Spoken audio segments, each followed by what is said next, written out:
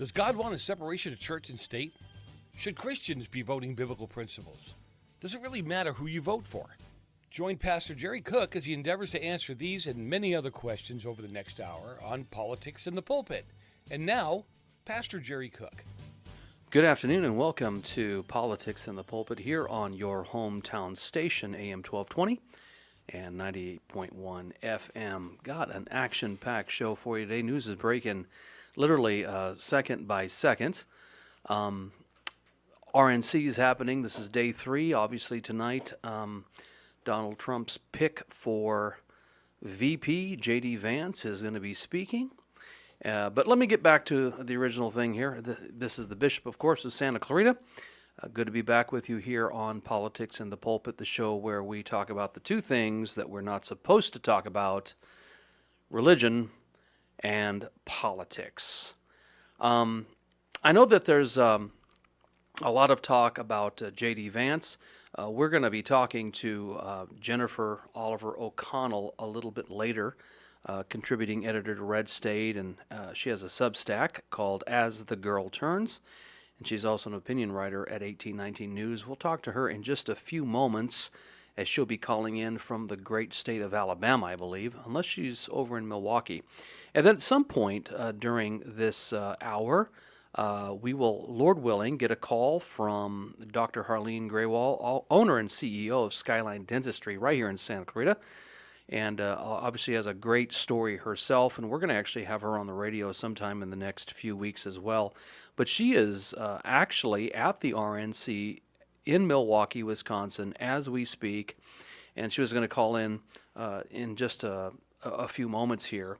But unfortunately, Donald Trump walked in, and so some things got really, really loud. And so at some point, we will hear from Dr. Harleen Graywall. If not today, we're definitely going to have her on. She, again, is a Republican delegate at Milwaukee, Wisconsin right now, and Lord willing, she'll call in. The next thing that I want to mention to you is there was news that broke today about Joe Biden just kind of cracking the door ever so slightly to the possibility of stepping down. Now, I agree with folks like Dan Bongino and others who happen to say that really our greatest, if we want to win in November, I believe that Donald Trump wants to run against Joe Biden. Now, I believe he can wipe the floor with Kamala Harris. I believe he can wipe the floor with just about anybody else that they try to put in there. But I just think it would be good that this would be a referendum against Joe Biden. Now you say, why? Well, it's Joe Biden who has literally, because of his insane leftist, progressive, woke policies, that have destroyed our country. Now, a lot of you are probably thinking, now how in the world could that be the case when the Dow Jones Industrial just today topped 41? And you're probably thinking, well, that's obviously due to his wonderful fiscal policies, right? No. I believe that what we are seeing in the Dow Jones, remember the Dow Jones is all about the futures, right? That's why they call them the Dow Futures. And the whole point is anticipation of something coming. And I think the Dow is reacting to an almost inevitability of a Trump win and the almost inevitability of a Biden loss. And I do think that the Dow futures are looking 4 months down the road, and more particular, 6 months down the road if we want to consider, or 5 months down the road if we want to consider January 20th of 2025, when Trump comes into office, Lord willing, and a lot of the fiscal policies that he has enacted over the course of the last many years will be reenacted again. Tax cuts, red tape for small businesses as well as big corporate businesses, regulations scaled back, all the things that hamper businesses from being able to do what businesses do. So Biden said today that if a doctor said to him, "Hey, I don't think you're good to run," then I'll step down. We'll see what happens there. But he did leave the door open. Right now, Jennifer Oliver O'Connell, of course, is no stranger to politics in the pulpit. She's the contributor to Red State. She has a Substack called As the Girl Turns and an opinion writer at 1819 News. And Jennifer, thanks for calling in today. I want to just quickly get into the news that just got buried in the recent news cycle, which is the throwing out of the documents case by Judge Cannon. I mean, everything has happened in the world in the last few days, and it seems like we've forgotten this whole thing about the documents being thrown out by Judge Cannon. How huge, Jennifer, is that news for Team Trump?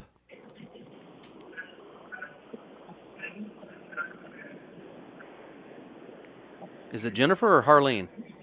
Pastor Cook, it's Dr. Greywall. Wow. I thought you were Jennifer O'Connell right there. No. All right. I thought maybe we're on a three-way call or something. No, I am. Hey, listen, I didn't think you were going to call in this soon. I was looking at my phone and I saw it was blown up with all kinds of pictures. Yeah, I was 10 feet away from President Trump just a second ago. Well, I rushed out to give you a call. I am so excited. You know what? I'm going to make this brief so you can get back in there. First of all, Dr. Harleen Greywall, thank you so much for calling in. Obviously, the CEO, owner of Skyline Dentistry here in Santa Clarita. Tell us a little bit about the energy there that we, of course, at home are not able to feel. Tell us about that. I hope you're feeling my energy right now. I'm just looking at Vivek Ramaswamy 20 feet away from me, just walking in. I think you're just I think you're just culturally sensitive to Vivek. What do you say? Yes. So it's amazing here, Pastor. The energy, the people. There's so much diversity and unity. It's just amazing. Wonderful. Tell us a little bit about your anticipation tonight hearing J.D. Vance. Oh, I'm so excited. I think he's the best vice presidential pick for President Trump, and I am so excited to just, watch him speak for the first time. Okay.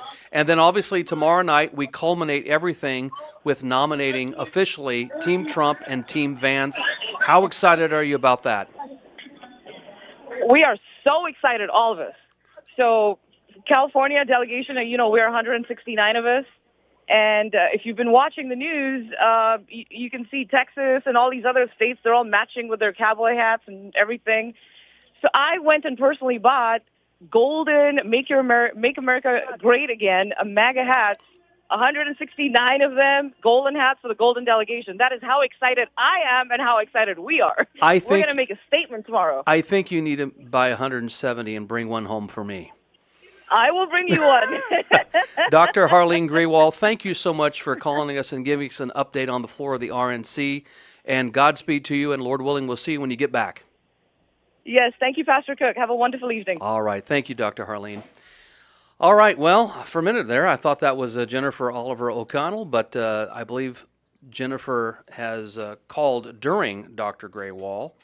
And what happened there was we got a little bit of someone calling in while somebody else was on the phone. And so what ends up happening there is we're unable to take that other call. So she'll be calling in here in just a few moments. As I was talking to Dr. Greywall, I'm excited about someone that I know that is there on the floor of the RNC, is able to experience a little bit of the energy. Well, actually, not just a little bit, but a whole bunch of the energy. And obviously, I'm excited. So, all right. I believe we have Jennifer Oliver O'Connell on. Is that right? Yes, that is correct. I am so sorry about that. Jennifer, you are the contributor. You are a contributor to Red State. You have a Substack called As the Girl Turns and an opinion writer at 1819 News. And I wanted to just quickly, Jennifer, The news that just got buried in the recent news cycle in the last few days is the throwing out of the documents case by Judge Cannon. And obviously we've had the assassination attempt on Donald Trump. We've got the RNC. We've got the debacle of Biden and Lester Holtz on Monday. But would you tell our listeners, Jennifer, just how huge this is for Team Trump? Well, first of all, it was the case that basically had to do with, does the president have a right to have these documents around, the whole 9 yards, and with the Supreme Court decision basically saying presidential immunity for presidential acts. If they're presidential acts, then they have implied immunity, and I won't go into all of the weeds in it because I'm not a law person, but sure. The basic thing is Jack Smith, as well as whoever was bringing the Florida case. I think that was Jack Smith was bringing the Florida case. Jack the Ripper Smith. Yeah, he basically lost his ammunition. Yeah. Lost most of his ammunition. So Eileen Cannon, as well as if people were paying attention previously, they had done so many sloppy things. It's like the FBI has become the gang that can't shoot straight, not just in this situation, but in unfolding news that's been happening. It's like they decided to reorganize boxes that shouldn't have been reorganized. They just did things that were not according to procedure and basically made their procedures and what they did questionable. So that was one of the reasons why the case ended up getting delayed, is because Cannon was just like, okay, you figure out how it was when he had it in his house before you messed it up, then we'll start talking. Absolutely. And so that coupled with the Supreme Court decision, coupled with the fact that it was every smart legal scholar from Jonathan Turley to Alan Dershowitz said it was totally unbased, and they're basically opening up a can of worms. They try to continue this. Eileen just said, yeah, no, this is done. We don't need to talk about this anymore. Now, let me ask you a question, Jennifer. I mean, you and I are both believers, and this is a show called Politics in the Pulpit, and where we talk about the two things we're not supposed to talk about, which is religion and politics. Right. I want to just walk through a scenario with you that is legit, and I want your quick take on it. If there was anybody in the political world today that's had a streak of good luck, or we would say providential provision, it would be President Trump. I mean, to have all these delays and then ultimately cases thrown out, have an immunity by the Supreme Court, or at least partial immunity, to have all these things happen, to literally turn his head ever so slightly in one direction so as to have that bullet just miss at the his right brain. moment. Exactly. Yeah. All these things happening, the imploding of Joe Biden and the Democratic Party on each other. I mean, do you see this as providence, or just, hey, these are just a bunch of political good luck? As someone who is a believer and who believes in the power of prayer and knows that, granted, there's a faction of believing Christians who think he's the devil. It's true. but there's a faction of believing Christians that believe they're supposed to be praying for him and that God has a purpose and a work for him, and have been praying in that regard. And we don't know what he's been praying. Seriously, he's surrounded by people who know Jesus. Ben Carson knows Jesus. He is surrounded with friendships of people who truly do know the Lord. Yeah. So we do not know what's been going on in conversation. A friend of mine was talking about, the difference between salvation and sanctification, how this has been a sanctifying process for him, frankly, because I do believe he knows the Lord and accepted the Lord. But the refining of his character, I mean, you look at him when he got to the RNC and he was in tears and that Monday night, and there's a change, there's a weightiness, and even people who just are observers or journalists are saying, there's something different about him. Yeah, I think it's God. I mean, any experience, near-death experience, inches from death like that is going to profoundly change you. But there's a huge change. I believe it has been engineered and orchestrated by God. For what purpose? That only God knows. As believers, we just need to pray. We need to pray for God's best will. And then as citizens, we need to vote how we feel led. Speaking to Jennifer Oliver O'Connell, of course, contributor to Red State, As the Girl Turns, her Substack, and opinion writer for 1819 News. Where were you last Saturday, Jennifer, when President Trump providentially dodged that assassin's bullet? I can tell you that I was in a Walmart and that I was shopping briefly with my daughter, and all of a sudden I got back to the car and my phone was blowing up. So where was Jennifer Oliver O'Connell on Saturday? Jennifer Oliver O'Connell was in line at there's a restaurant that is actually in a cave here in Alabama, and it's in our neighborhood. So we were just like date night, and my husband is, believe it or not, more addicted to his phone than I am. So date nights we try to put the phones away. Sure. and then I got a Slack message. Slack is the channel that I use on Red State or that the Red State editors and writers use to communicate with each other. That news of Trump, breaking news is Trump got shot. I'm like, what? And so basically we spent the entire date night. I mean, it was good food. We enjoyed it, but both of us were on our phones between, Slack and X. We were just it was a romantic date, right, Jennifer? It was a very romantic date. Well, I know that I don't think it would be a surprise to you and I to just say that we kind of, not only just us, but many of us, kind of saw what occurred on Saturday, kind of coming down the pike as the media was stoking the flames and the rhetoric was just so over the top. And it was like, what else can they do? They indicted the man. They've got a mugshot. They've thrown everything they possibly can at him. I guess the next logical thing would be to try to take the guy out, right?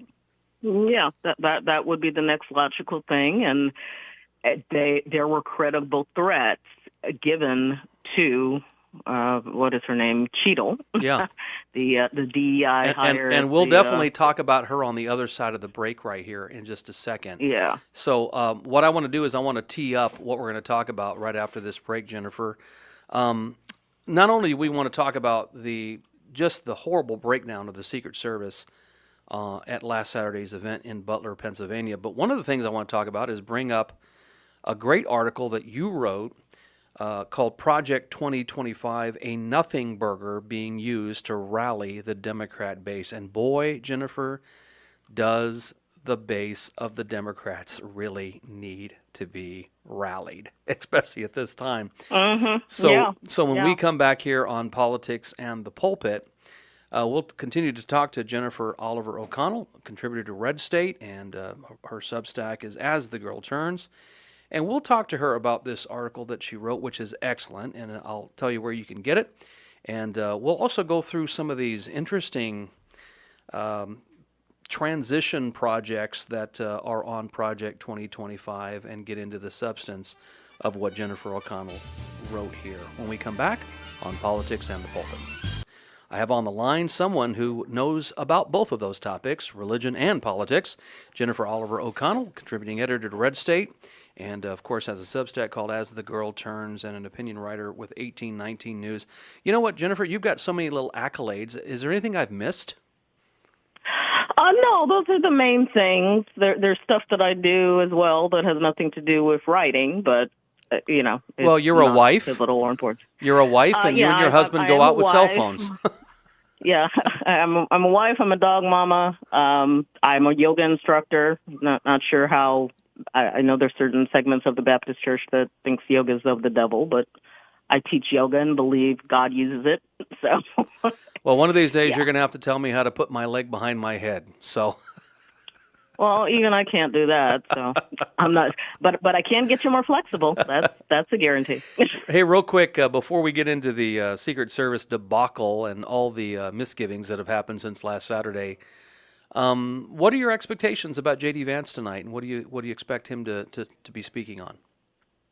Well, one of the things that the little I knew about J.D. Vance, I've learned a lot more, obviously, but the little I did know and hear about J.D. Vance before he even became a senator or Senate candidate, that was probably when I started seeing him more prominently, is that he's highly articulate, but not slick.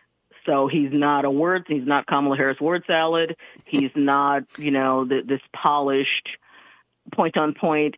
I wanted to make this comparison in a piece that I wrote on Red State called "Why J.D. Vance," but didn't end up doing it. But where Trump is just kind of, he can talk off the cuff and extemporaneously. JD does the same thing, but he's just very articulate about it and lays his points clearly, and talks he gives you highbrow stuff in common terms. I'll just put it that way, in terms that people can understand. People he grew up with probably could get and understand, and it's the same stuff that sticks to the heart the way Trump's points stick to the heart. So that's what makes him credible. He also just has a wonderful story. I mean, you can't deny that story. It's kind of like Tim Scott's story. Yeah. It's always inspirational. It's a powerful testament, and really, it gives you a chest. I'll just put it that way. He's a man with a chest. C.S. Lewis talks about. I will say that I was a little surprised by the choice of J.D. Vance, because I kind of thought it would be Doug Burgum, and only because I kind of was looking at it from the perspective of Pence was the safe, fatherly figure, balanced choice for 2016 to calm Republicans. And I kind of thought that's kind of the direction he would go again. But the way I'm looking at it now, Jennifer, is, J.D. Vance is 39 years old. He's a good-looking guy. He's about the same height as President Trump. And he's got a great backstory as well, as you'd say, hillbilly elegy, and married to an Indian woman. They have biracial children. And so obviously a great look there, but I think the point is Trump is saying, I'm passing the baton, and I'm passing it to somebody who believes in the Make America Great agenda. Totally agree with you. JD was populist even in 2016 when he didn't like Trump. He was able, that's how he rose to prominence, is just his book, but also that he would explain why the people who he grew up with and were raised with, why those people, A, have been forgotten, and B, why Trump resonates with them. And so, he knew the game even back then, or knew what was going on even back then. And now that he's gotten to know Trump, and I mean, he basically regretted what he said, said I've, grown up and realized my mistakes and gotten to know him. And so here we are. He's his vice presidential candidate. But it's also about the future of the party. The Republican Party, the old white men, blue blood country club, it's dead. I think MSNBC did a whole chyron saying, here's who's not at the Republican National Convention: Paul Ryan, Mitt Romney, Liz Cheney. It's just like people that nobody cares about anymore, really, and who are no longer relevant to the base and the people who resonate to Trump and really anybody in the Republican Party, because even those who are not under the blue blood banner, they got sick of those people a long time ago. They wore out their welcome. I just want you to know, I took offense, Jennifer, you saying a bunch of old white men. Well, I'm an old black woman these days. So who can do a lot of yoga better than me, I'll tell you that. Hey, I want to talk about just the absolute cluster, and you fill out the rest of that word right there, Jennifer, of the Secret Service. On Saturday, I got some video of some onlookers at the Butler, Pennsylvania rally that were taking video of what seemingly looked like the individual that got shot, Crooks, snaking his way across that flat building, the flat ceiling of that building there. And depending on what news channel you're watching, they knew this, up to a couple of minutes before the shooting occurred, to almost 20 minutes before the shooting occurred. What in the world is going on? Does this not feed into the narrative of those within both political parties of conspiracies?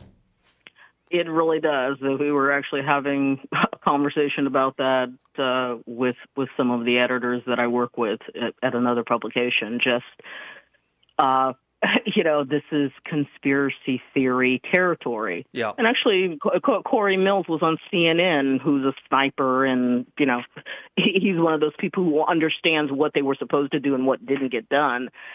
And the host is trying to tell him, but, who's, are you saying this? And he's just like, I'm not pinning anything on anybody. I'm just saying because these things didn't happen, there should be an investigation. But the longer you don't have answers to these things, the more theories people come up with. The armchair, 2A guy, the guy or the guy or girl who shoots on occasionally but understands it, or me who likes to watch spy movies. I mean, we could come up with our own conclusions if no one is keeping you informed about what's going on. Yeah. And it's just gross. Right now, it just looks like majorly gross incompetence.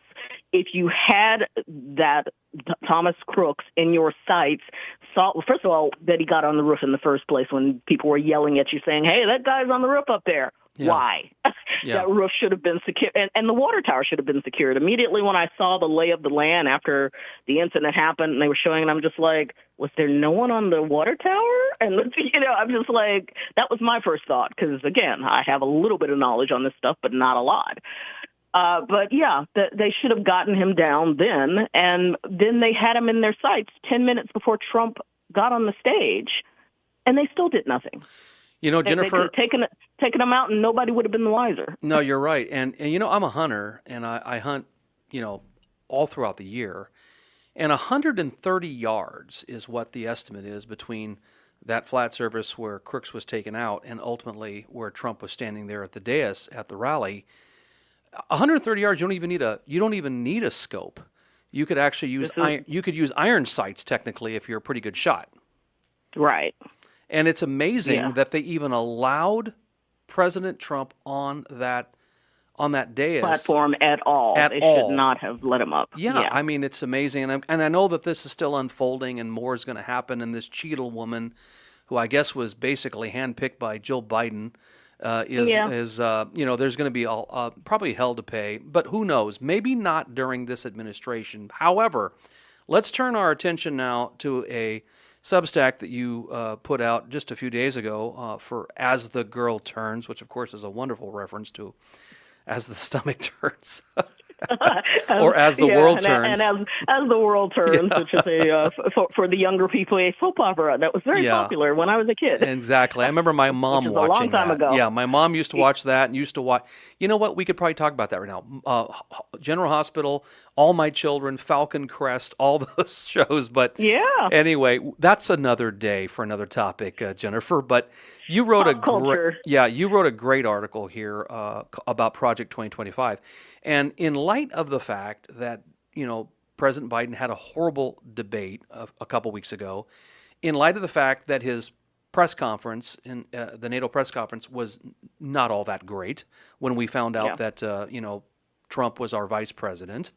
And then also, really, I don't know who watched the Lester Holt interview on Monday, considering it was sandwiched with all kinds of RNC stuff. And, of course, 48 hours after the potential assassination of President Trump. So, and I watched a little bit of it, of course, but it just was kind of hard to watch. And then yesterday or today, President Biden was in Nevada addressing the NAACP, and it was just horrible. So obviously, it was like he was screaming at clouds or something. Exactly. It reminded me of the old man in Up, the little Pixar movie. But anyway, but regardless of that, our base, the Trump base, the Republican base, is definitely chomping at the bit for November 5th. Yeah. I don't think that the Democrats are, but Project 2025 gives them a reason to come out. Fill us in on that, Jennifer. Yeah, Project 2025 is basically it is a Heritage Foundation book that came out 2 or 3 years ago, and it's not even called Project 2025. And so it came out 2 to 3 years ago. Yeah, okay. And it's called Mandate for Leadership, the Conservative Promise. Okay. Some of the tenets of Project 2025 come from Mandate for Leadership. But it is not this, here's this agenda that we've written up for Trump. It's actually a policy agenda that Heritage Foundation, which is an organization that's been around for 60 years, to push conservative principles and encourage administrations to adopt them. And so they've had this sitting around for years. They wait around for a Republican. Actually, they pitch it to the Democrat administrations, too, if they're friendly. Clinton took on some of the Heritage Foundation's policies. Sure.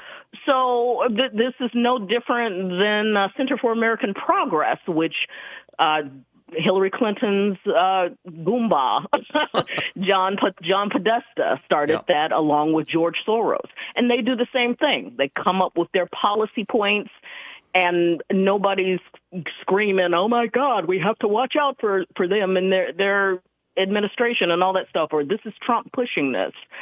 And the way they want to paint it is that, 30 members who were around Trump's administration or in Trump's administrations are involved with this. And it's like, and so? I mean, John Podesta still around. Donna Brazile still around. Yeah. What's his name? Carville still around. These people, this is all they know is politics. They never go away. Just like it's a Democrat, just like the left side, the same as the right. These people find another job either in a think tank or something. So they're always floating around, and then someone taps them for an administration, and then they go serve in the administration. So they're creating these conspiracy, that there's some agenda going on when this is just business as usual in Washington. Yeah, and some of the things that they're saying about Project 2025, and of course it's not necessarily true because you can get the book, as you said, a 90-page book called Mandate for Leadership: The Conservative Promise. But some of the things that they're saying out there in the in the world of Google is they're saying, well, if Trump gets elected, he is going to ban contraceptives. He is going to ban Muslims from coming to the United States of America.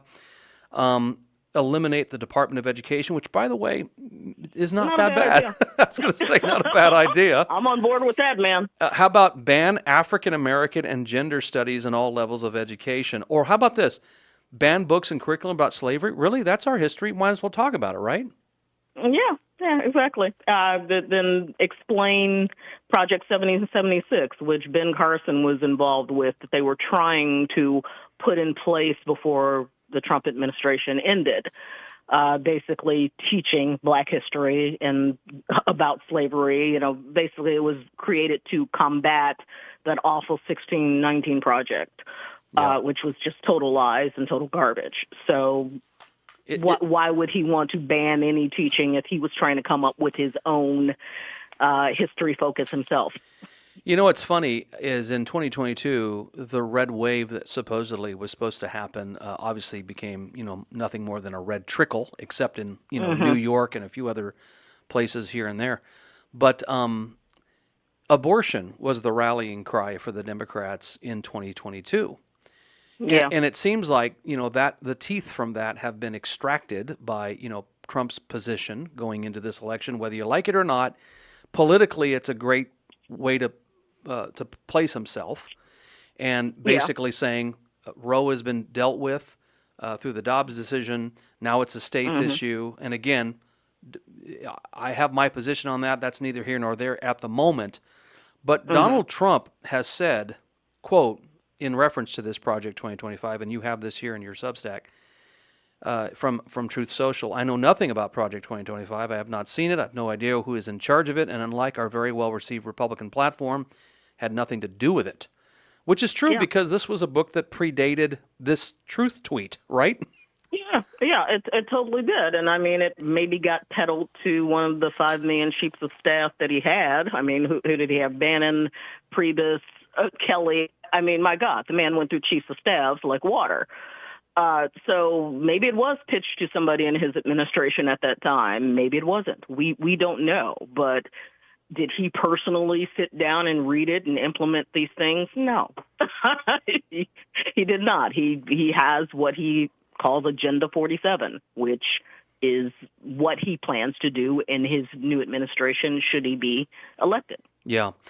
All right, we're back here for our final segment of Politics and the Pulpit on your hometown station. I want to give you a quick shameless plug for next Wednesday, as I see the texts here on our stream.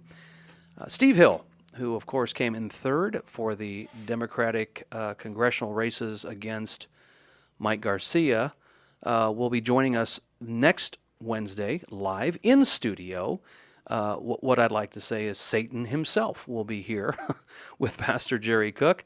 And so he was supposed to be in today, but because of all the news breaking and all the RNC action, especially with the possibility of getting Dr. Harleen to call in, which she did gracefully, well, we're going to have Steve Hill next week. So you will not want to miss next week's epic debate between Satan and a son of the king, Pastor Jerry Cook. So that'll be next week here at 2 o'clock on Politics and the Pulpit. Well, I wanted for this final segment to do a couple of fun things, but before I do that, we were just talking off air about the fact that Steve Garvey, who is running to be a senator here in California against the very, very feckless and hapless Adam Schiff, has actually outraised Adam Schiff in this quarter. What are your thoughts about that?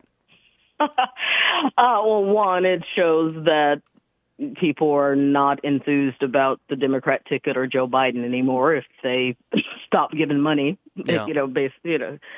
People don't have money to pour off the bad things, not in this day and age. Yeah. It also shows that, besides Biden being a drag on the ticket, that Steve Garvey is out there working his booty off. Yeah. And getting his message out where Schiff is coasting. And that's the difference between, what we talked about in terms of the Republicans and how they're playing it close to the vest this time, even though there may be confidence. Adam, because he's lazy anyway. Yeah. I mean, he's floated in everything that he's ever done, but he felt like he didn't have to do anything, and he hasn't campaigned. Garvey has been out there campaigning. Yeah, and you know what? I pray to God that, and of course, Garvey's not exactly my cup of tea on everything, but obviously, Yeah. I'll take any cup of tea over Adam Schiff. Yes. You don't want him entrenched as a senator in the state. No, not at all. And also, when it comes to California news, we were talking off air, and I want to mention this as well. AB 1955, which is a deplorable bill, which basically says teachers are now allowed to lie to parents about the status of their children at school. That tells me, you might have a different opinion on this, but that tells me that Gavin Newsom, at least in this cycle, is not going to be the replacement for Biden because, man, I just don't know how AB 1955 and school teachers lying to parents in Iowa is going to play like it does here in California. What say you, Jennifer? Do not underestimate the ambition of Gavin Newsom. This has been his life goal to ascend to the Oval Office, and with Nancy still at the controls and still, between her drinking, brain cells are still more intact than Joe Biden, so she's still scheming. They will find a way to insert him on the ticket somewhere, whether it be as VP, and then Kamala steps down because, as I've told you earlier, she can be bought. Yeah. She can be easily asked to go away. She has no stomach for this. Otherwise, she'd be giving us a better record, where she is now. Yeah. So, I don't underestimate. It may not fly, but they don't care. Yeah. They really don't. I mean, he has reflected in the policies that he's pushed on California families and parents for years, that he does not care. All he cares about is his ambition, how he looks, his goals. Yeah. He's already given California the middle finger, so he doesn't care about giving Iowa or, Arkansas or Alabama the middle finger. Jennifer, he's given us the double barrel middle finger. That's what. Very true. That's all sadly. I can tell you. Yeah. So let's have a little fun about this. We're just about 3 months away from the elections. Our side is feeling bullish, obviously. The Democrats are still trying to figure out what they're going to do. And Biden kind of gave a slight inkling today that if the doctors told him something was going on, maybe I'll step down. But, yeah. What are your thoughts? I mean, when I go online, there are a few guys I look at, and I'm not suggesting these guys are the gospel, but I usually go into Red Eagle Politics, On Point Politics, and Gold Crown Politics. And these guys, these are number crunchers, and they do some interesting things. And they're two out of the three people that I just mentioned are predicting a landslide in 2024. Now, I don't want that to then contribute to a lethargy within the Republican Party, because obviously I want us to go out and vote early and vote often, as the Democrats would say. But Yeah. But what are your thoughts, Jennifer? I'm going to give you the last 2 minutes here. I think that we need to, as Trump gave us the sign that he was still alive, and he raised his fist and said, "Fight." Yeah. And we need to have that same battle attitude all the way through November. And you know what? All the way through our polls and our interactions with other people as well. And that image from Saturday is going to be, and I don't mean to be dismissive of the importance of this other image, but we've all seen the soldiers holding up the flag at Iwo Jima. Yeah, and obviously that is it is going to be one of those iconic images. I thought about that. I don't know what the photographer, the fall of Saigon with that naked little girl. Yeah, I mean, those are the images that stick in your head. Yeah, and this is one that is defined. It's defined this election. It's defined this era. Frankly. Yeah. It's defined a presidency for a long, long time. My thoughts is, here you have all these Secret Service people, and again, we can talk about the fecklessness of that. But if they jumped on Biden like that, I mean, he'd be dead. I mean, he's such a frail guy. Broken bones, and yeah. Well, listen, we're coming up to the end of the show, Jennifer. I know I've been promoting you all through this hour, but go ahead and tell people where they can find Jennifer Oliver O'Connell online. I appreciate that, Jerry. AsTheGirlTurns.com is the website. All of my social media links are there. I spend a ton of time on X, but I traffic on Facebook and some of the other places. I'm getting lots of new followers on Facebook, which I don't try very hard on Facebook. Yeah. But I'd say hit me up on X and then try the website if you want to get a preview of some of my articles. And, of course, the Substack. You got it. Jennifer Oliver O'Connell, thank you so much for joining us today on Politics and the Pulpit.